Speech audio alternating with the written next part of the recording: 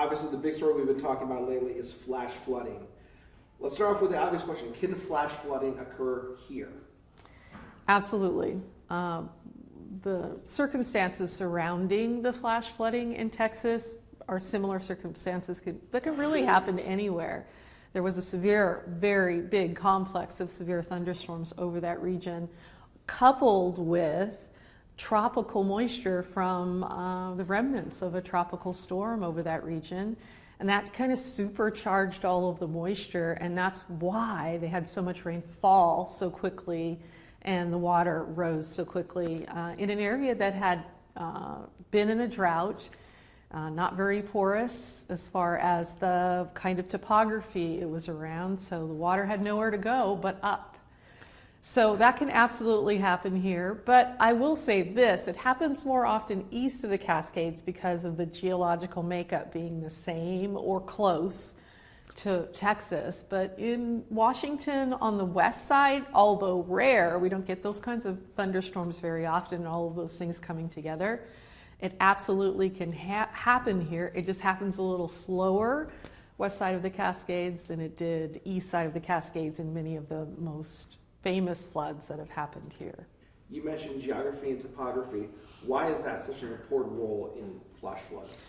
Absolutely important because the flooding itself, the water itself, needs a chance to be absorbed by the earth in order to help the water not rise at such a level it's so quickly the way it did in Texas or way it does in flash flooding.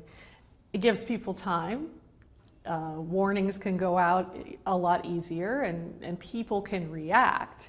That's why anybody who lives near a river is always afraid of flash flooding because sometimes there's no time to react. And we knew just by watching what happened in Texas, what's happening in other parts of the country as well, because there's been something like 300 flash flooding reports since last week all across the country, that everybody needs to be prepared for absolutely anything.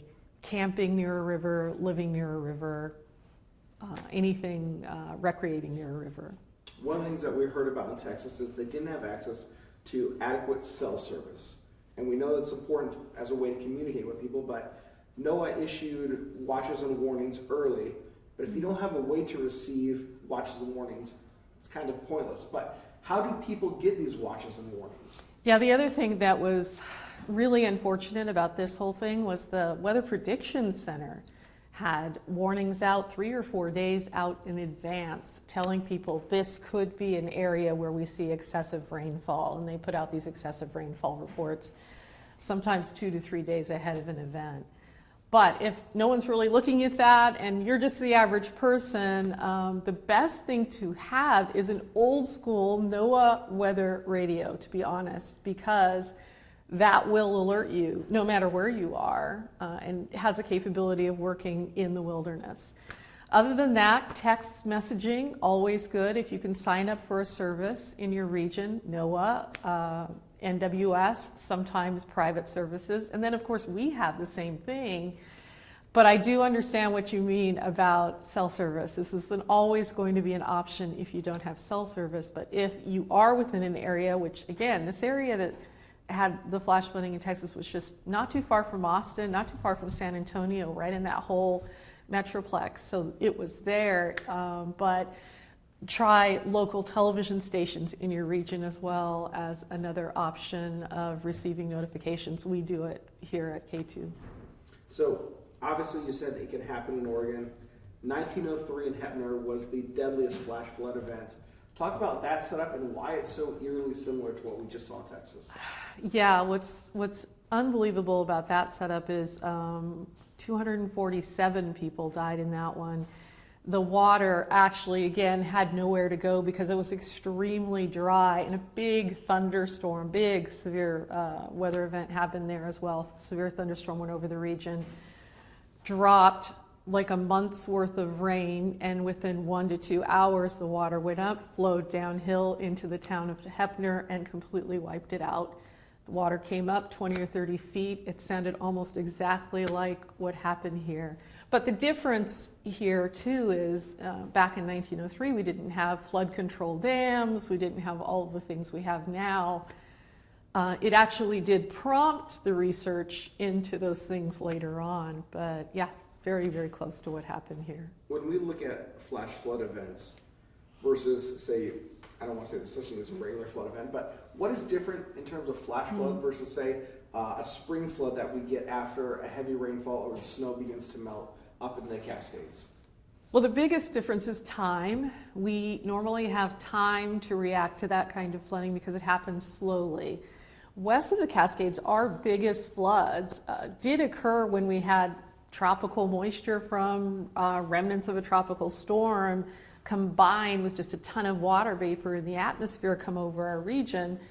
But it happened over time and slowly, over days. For instance, the flood of 96, we had 3 days of rain. We had not only that, you mentioned spring snow melt mixing in. So if we have a particularly heavy snow winter, and then you add atmospheric rivers on top of that, 2 or 3 in a row, you have the flood of 96. That's exactly what happened to us here. And I remember literally living at the television station during the flood of 96. But so west of the Cascades, that's usually always the biggest concern is snow melt, how much of it we'll have. If it happens too quickly, we're in trouble.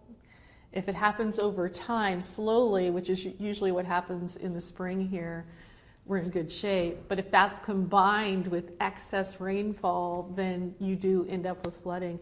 Sometimes we get it to a lesser extent on smaller rivers too, but the major events that we've had in the, let's see, I have to think about it, 1800s,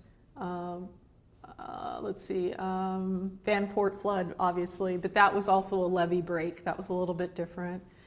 1964, that was very, very large flood. And then, of course, the flood of 96. So all of those were very similar in makeup in that we had not only the Cascade snowmelt, but we also had another excess source of moisture coming our way, like the remnants of a tropical storm.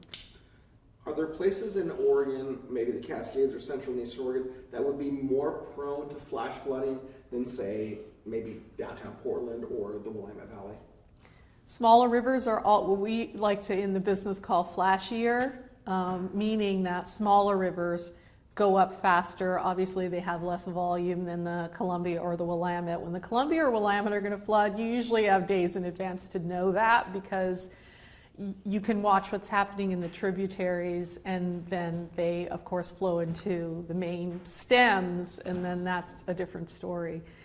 But the smallest rivers around here, and we have literally thousands of small creeks and rivers, are all prone to flooding in situations where we either have had an excess amount of rainfall, or the situation could be the other way. It could be a drought, and then the rain all comes at once. So smallest rivers, I'd say, outside our region and in our region would be the ones I'd watch the most. If you live near a small creek or river, you know. I live near a larger river, but if you live near a small creek or river, that they are probably the most flashy, as we like to say. And then central and eastern Oregon. And the reason why I say that is they see far more severe thunderstorms that produce excess rainfall.